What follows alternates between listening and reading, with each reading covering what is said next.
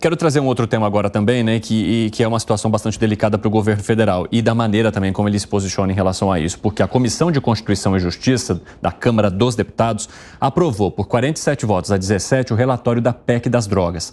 O relator do projeto no colegiado, o deputado Ricardo Salles, manteve o texto que foi aprovado lá no Senado em abril.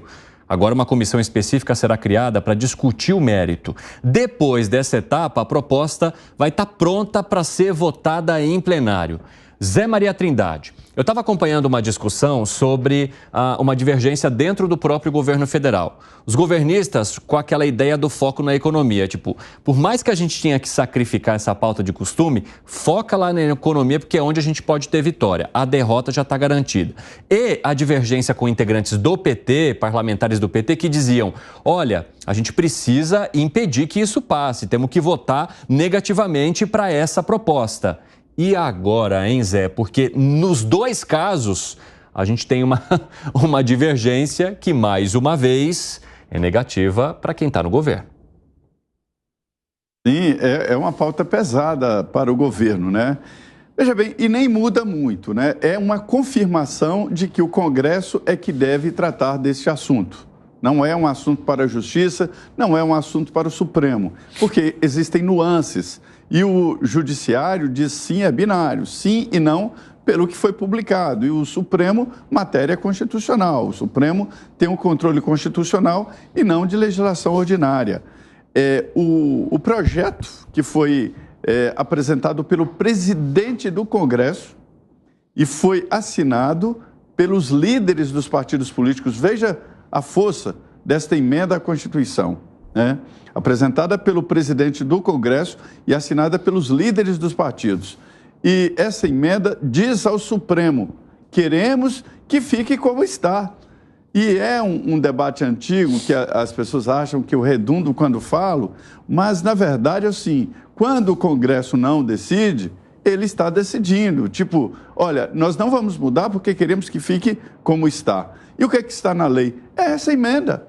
É isso que está na lei que vai para a Constituição e que diz porte de qualquer quantidade de drogas é crime. E aí a lei define as nuances entre traficantes e consumidores.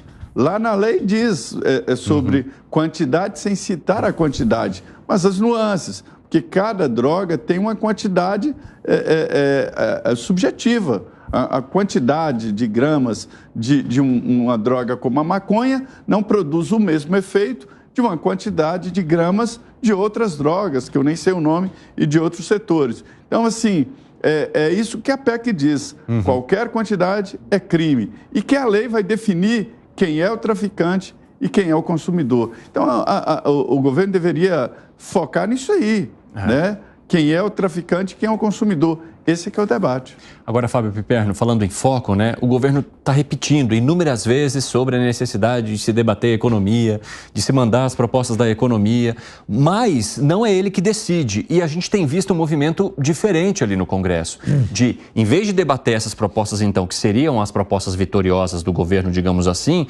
vem justamente aquelas que são da pauta de costume, onde a derrota já está garantida. O que isso indica para o governo federal? Que recado que ele precisa tirar dessa movimentação? Ele tem que argumentar e agir, ele tem que conversar mais francamente, mais diretamente com a opinião pública, porque é óbvio que se o governo raciocina dessa forma, olha, para nós é melhor tirar esse tipo de pauta do caminho e só focar em pauta econômica, o outro lado pensa exatamente o contrário. Bom, vamos criar dificuldades para eles usando esse tipo de assunto. Mas, Piperno, quando você fala conversar com a opinião pública, não foi essa opinião pública por meio de seus eleitores que colocou esse Congresso conservador no poder? Foi, mas aí... Então como é que o governo vai conversar com essa opinião pública? Vai fazer ela mudar de ideia? Não, uma parte sim. Tem que reconquistar uma parte, até porque tem uma coisa. Esse Congresso, a gente tem a ilusão de que o Congresso é a casa de representação do povo e representa exatamente a média da população. Não é assim. Esse Congresso, ele elege, ele tem um sistema de representação que é resultado de um formato já hoje superado, deturpado, que privilegia quem gasta mais numa campanha para o parlamento. Vou dar um exemplo muito rápido. A bancada do agronegócio tem mais de 300 representantes. Quanto tem, por exemplo, a bancada de trabalhadores, por exemplo? Olha, tem muito mais trabalhadores do que produtores rurais em toda a sociedade. Então tá, a partir da sua análise, vamos usar então o eleitorado em relação aos presidentes da República. Aí a gente está falando de Jair Bolsonaro e do presidente Lula. Quem vota aqui no Jair Bolsonaro dificilmente vai votar do lado de cá do presidente Lula. Ou seja, se a gente teve praticamente 50% das pessoas escolhendo Jair Bolsonaro nas urnas, isso indica que de alguma forma essa representatividade que está acontecendo no Congresso é legitimada sim.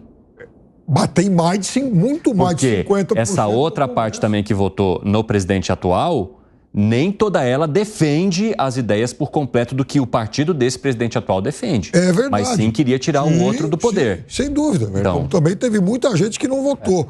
Então, veja, por exemplo, estava lendo ontem uma matéria publicada pelo portal UOL, até puxei o título aqui. Maconha dos playboys invade baladas de elite de São Paulo com cigarros a R$500. Isso uma vez eu briguei aqui, um 3 em 1 com outro formato, porque a maconha é de esquerda. Falei, é? Então a maconha da direita é diferente, cara pálida? A mesma coisa. Então você vai numa festa de elite. Hipocrisia. Lógico. Então, é aí que está o negócio. Então, é isso que o governo, os porta-vozes do governo, tem que conversar diretamente francamente com a sociedade. Ou seja, não podemos nos render, por exemplo, ao voto hipócrita. Mas verdade seja dita, em relação a essa PEC das drogas, não foi uma batalha do Poder Executivo. Quer dizer, entre aspas, né? Porque alguém acionou o Supremo Tribunal Federal.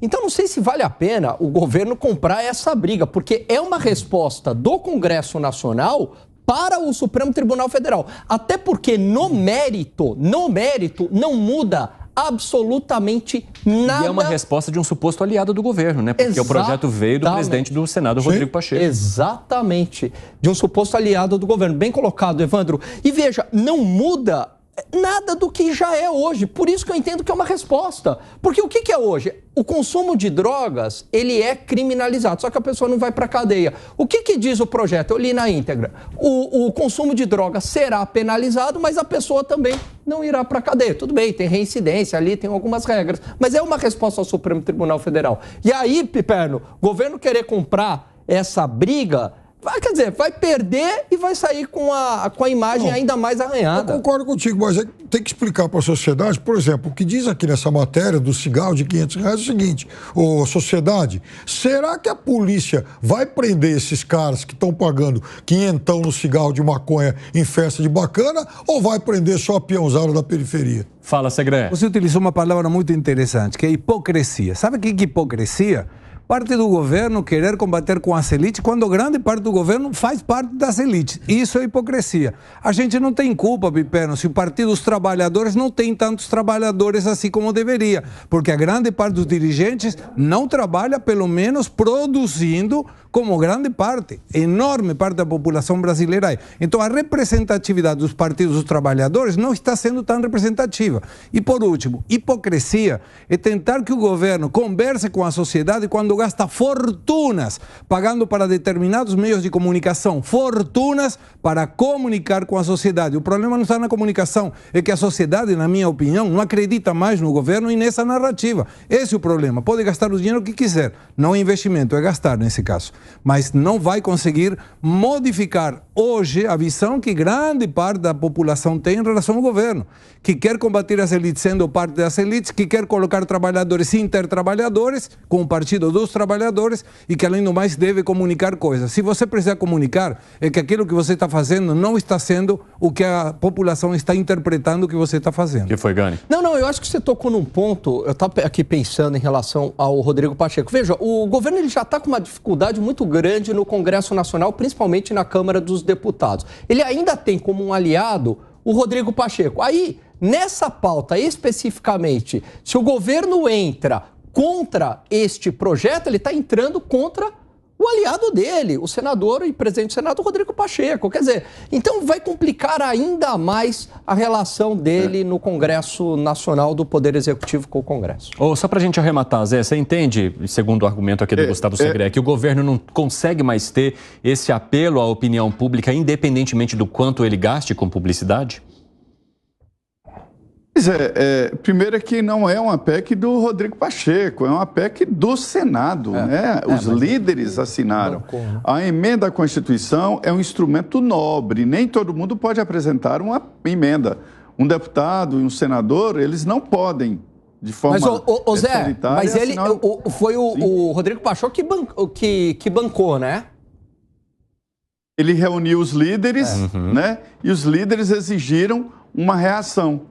E aí combinaram de ser uma reação pesada. Sim. E essa é uma reação do Senado. Ela é muito mais forte do que do presidente do Senado, né? É do grupo, porque um líder não poderia apresentar uma PEC. A Constituição não permite que um deputado, ou um senador, ou um líder apresente uma PEC. É preciso ter um número de assinaturas. É preciso ser presidente do Senado ou presidente da República para apresentar uma PEC, para se ter uma ideia do tamanho, da força desse instrumento chamado emenda à Constituição. E por que emenda? Porque o Supremo não leva muito a sério a lei, a legislação ordinária. Então é por isso que cada vez mais se aprova emenda à Constituição, porque aí o Supremo tem menos, veja bem, menos, não é total possibilidade de aceitar. É porque a emenda à Constituição é mais forte e o Supremo aceita. Então, lei já existe. O que falta é essa PEC, para você ter uma ideia. Então, é boa a ideia de que o governo não deveria se meter nisso. Muito interessante, Zé, e muito bom você ter trazido, né, essa informação de que não é o protagonismo de mas sim de uma casa que traz muito mais força para o debate, inclusive do que a gente estava colocando aqui.